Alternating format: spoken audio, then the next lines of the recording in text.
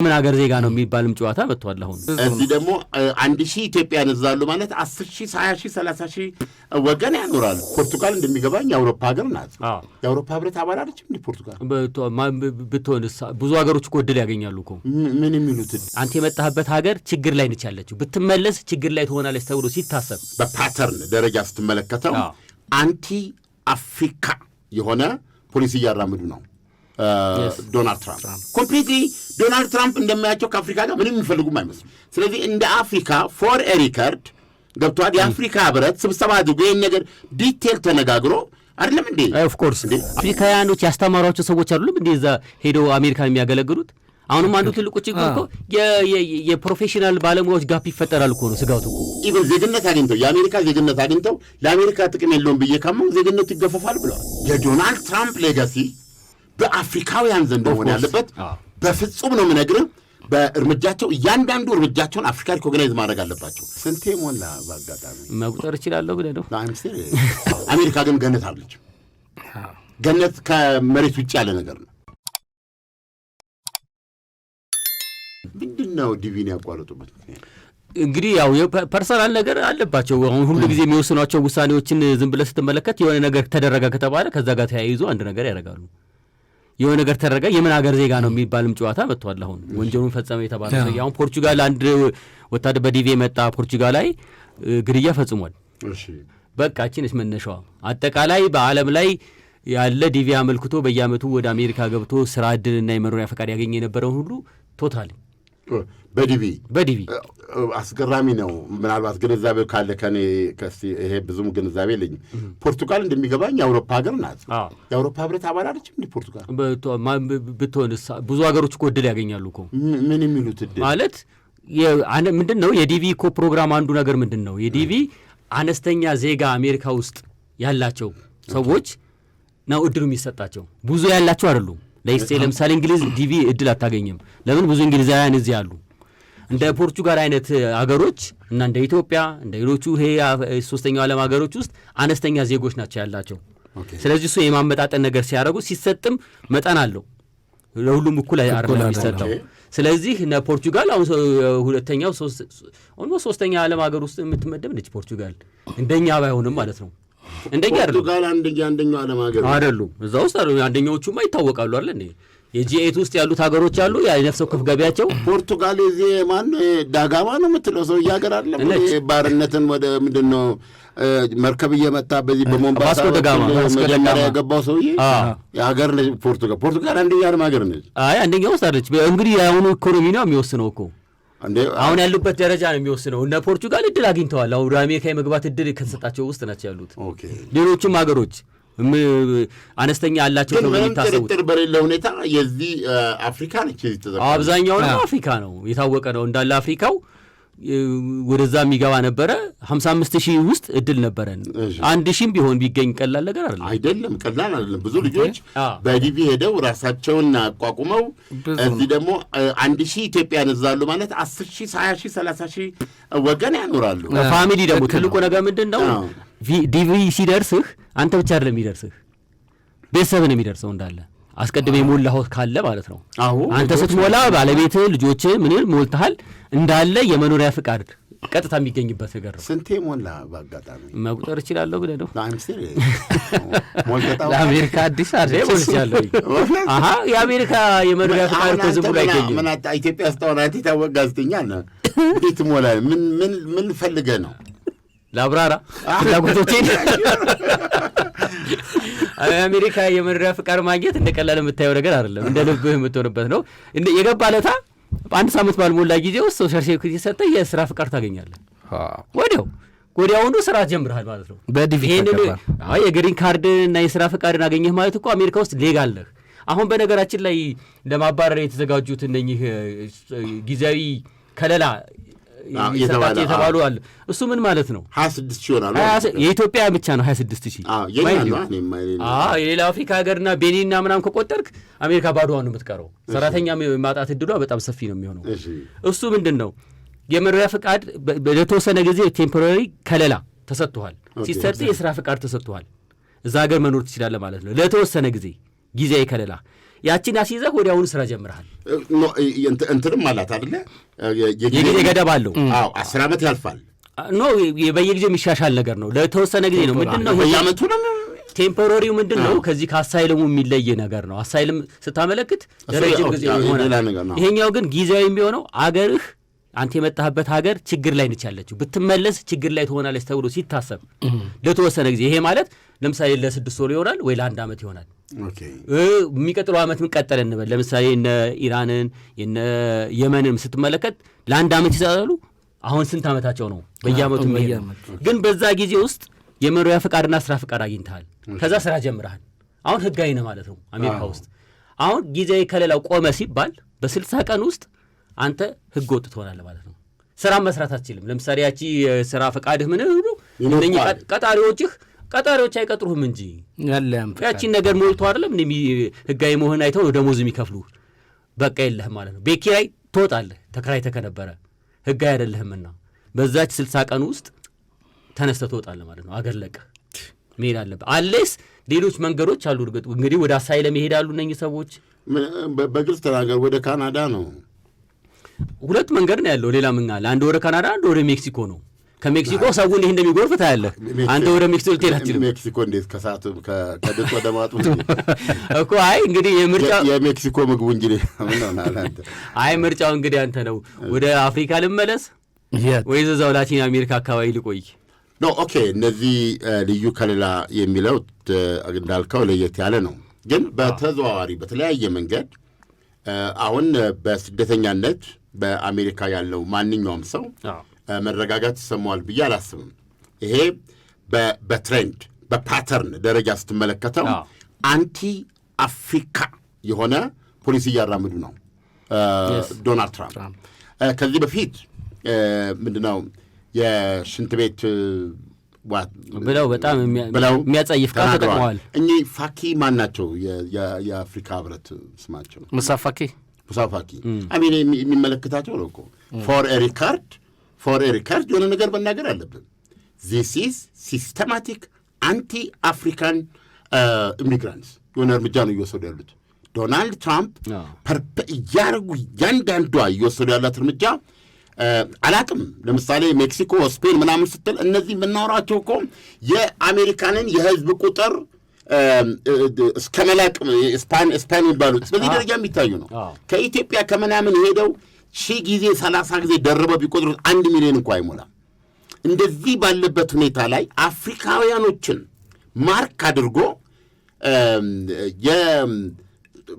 በተለያየ እሳቸው በተቆጡ ቁጥር እሳቸው በበረገጉ ቁጥር እንደገና ደግሞ ሲስተም አንደኛ ህገወጥ ይላሉ። ከእስር ቤት የወጣ ማለት ነገር ነው። በእውነት ነው የምነግርህ። ኢት ወርክስ አሁን እሳቸው ስላሉ። ነገር ግን ይሄ ሲስተማቲክ የሆነ ጸረ አፍሪካዊ እርምጃ ነው እየወሰዱ ያሉት። አላቅም ምን ይህንቱን ቢመልሱት ምንድነው የፔሩን አንቆ ቢመልሱት አላቅም። ገብተህ ብትመለከት ስንት ፔሩ አለ፣ ሌላ ታሪክ ነው እሱ። ስንት ኤልሳልቫዶር አለ፣ ሌላ ታሪክ ነው። ስፓኒሹማ ብትመለከት ትገረማለህ እኮ። ኤግዛክትሊ። ስለዚህ አሁን ሲስተማቲክ እየወሰዱ ያሉት እርምጃ አንድ እኔ በእውነት ይሄን የሚታየኝ። ስለዚህ እኚህ ማን ናቸው? ሙሳፋቂ ስራቸው ነው። ይሄን ስቴትመንት ፎር ሪከርድ ማስቀመጥ አለባቸው። ሁለተኛ ትልቁ ነገር አሁን ምሳሌ ስትራቴጂካሊ አፍሪካን ኮንትሮል አውሮፓውያኑን እየገፋች አፍሪካን ኮንትሮል እያደረገች ነው ተብሎ ሲነገር የነበረው ቻይና ናት። ከዛ አንጻር አሜሪካ ራፕሮች ይሄ ያለ አይደለም አፍሪካን ለመያዝ ምናምን የሚባል ኮምፕሊትሊ ዶናልድ ትራምፕ እንደሚያቸው ከአፍሪካ ጋር ምንም የሚፈልጉም አይመስሉም። እኔ በእውነት ኮንቴምፕት ነው የምለው፣ በእውነት ነው የምነግርህ። ፍጹም ለአፍሪካ ቀና ምልካ ይሄ ሊነገራቸው ይገባል። ይቀበሉ አይቀበሉ ሌላ ነገር ነው። ነገር ግን የሚያደርጉት ድርጊት ፓተርኑ አሁን በማን ይነገራቸው እኮ ነው አሁን ችግሩ። ማን ነው በእኔ ሊነገራቸው የማይችልም?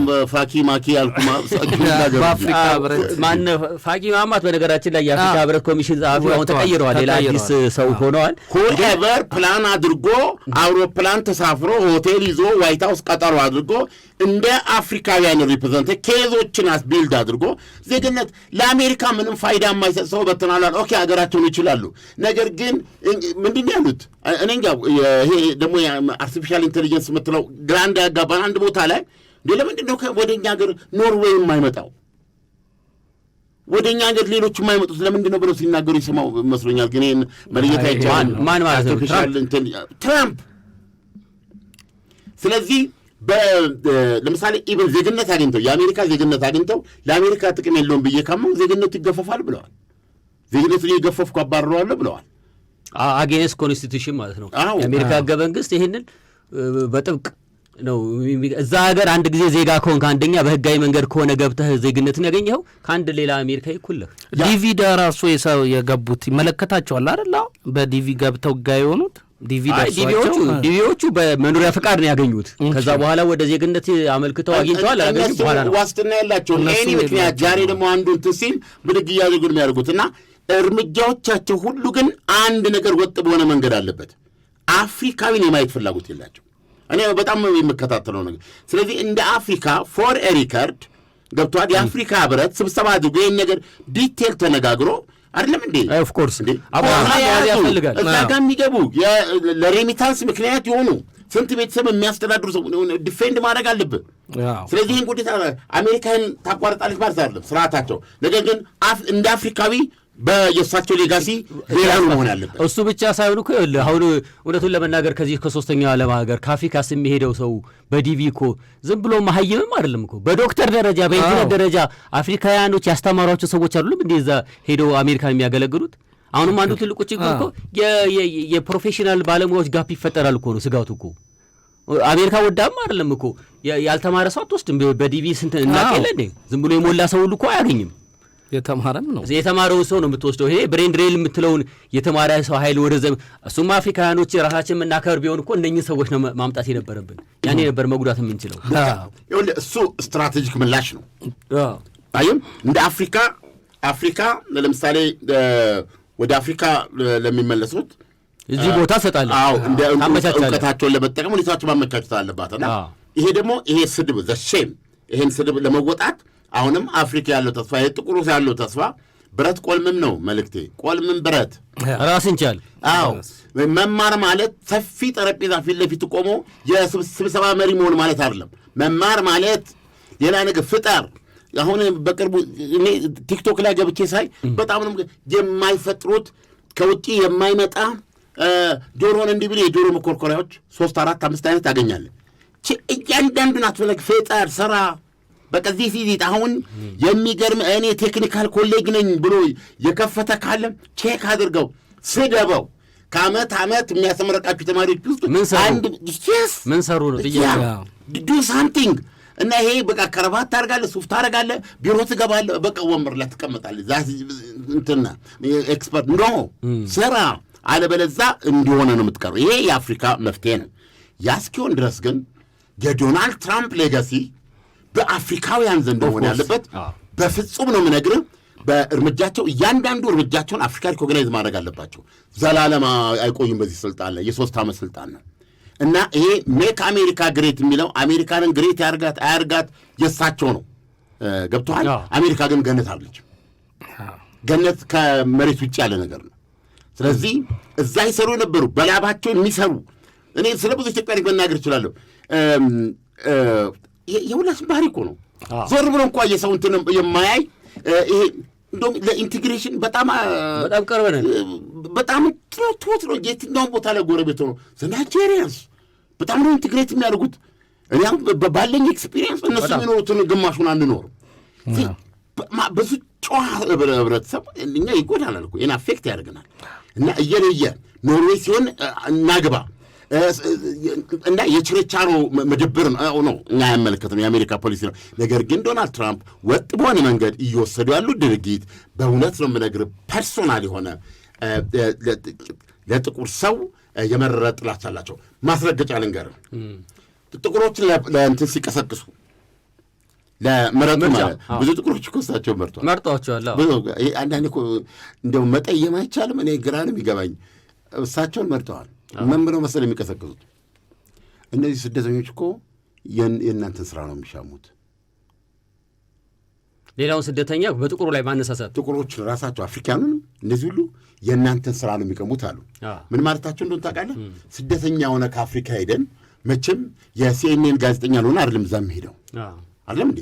ወተት ሀላቢ ሊሆን ይችላል። ወተት ማለብ ስራ ነው። እዛ ትልቅ ስራ ወተት ትንጥ ይሆናል አንድ ቦታ ላይ ገብቶ ወይም ያ ጓደኛችን እንደነገረን ምድር ይህን ብድግ አድርገህ ብርጭቆ ነው ጠርሙስ ብርጭቆ ብርቅያ መሙላት ብቻ መሙላት ነው ይችላል። ገብቶሃል? ይችን አድርገን የሆነ ነገር ታደርጋለህ በድካምህ በላብህ። ያ ደግሞ ለዚህ ብትሰራል እና ለጥቁሮች ምን አሏቸው? የእናንተን ስራ ነው እኮ እየወሰደ ያለው ሲሉ ጥቁሮች ብላክ አሜሪካንስ ሀገራቸው አለም አሜሪካ ወደዚህ ግን ለብላክ አሜሪካው ያንተን ስራ ለነጩ ግን ይሄ ብርጭቆ ማንሳት ስራ አይደለም። ገብቶሃል? እዚህ ድረስ ኢንሂረንት የሆነ ውስጣቸው ያለ ክፉና ደጉ ሊለዩ በማይችሉበት ሁኔታ በእውነት ነው የምነግርህ ቀና አመለካከት የላቸውም ለአፍሪካ። ሪሊ በጣም ነው የማዝነው። የዲቪ መቅረትም የብዙ ሰዎችን ተስፋና እድል የሚያደርግ ነው። እኔ ደርሷቸው የሄዱትም የዶናልድ ትራምፕ የስልጣን ዘመን እስከ ረዘመ ጊዜ ድረስ ብዙም የሚያወላዳ ነገር አይደለም። በእውነት በአሜሪካ ታሪክ ረጅሙ 4 ዓመት ቢባል የዶናልድ ትራምፕ ደግነቱ ባጭሩ ይቀጫል። 3 ዓመት ነው ከዚህ በኋላ የቀራቸው ብለን ተስፋ እናደርጋለን። ደግሞ አሁን ልትሄድ ስትል የሶሻል ሚዲያ ምን አሁን ለዚህ እኮ ነው የፕሬዚዳንት ትራምፕን ፎቶግራፍ በፌስቡክ ላይ የማለጥፈው።